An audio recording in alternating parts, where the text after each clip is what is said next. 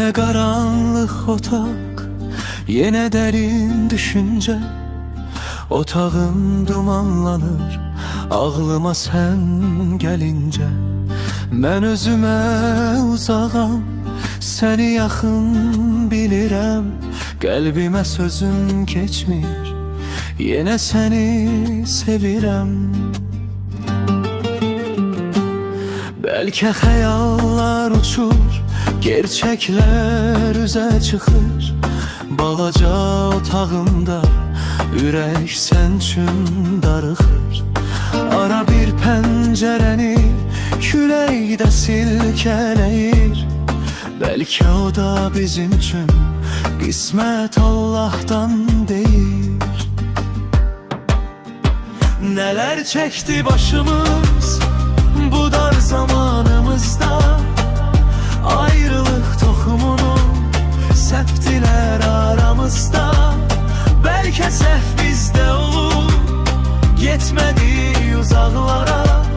Kimsə bizi bilməzdi, deməzdik yaxınlara.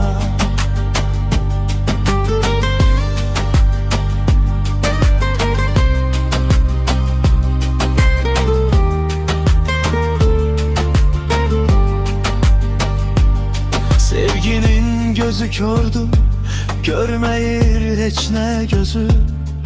Daha könəlib artıq təsəlli verən sözü.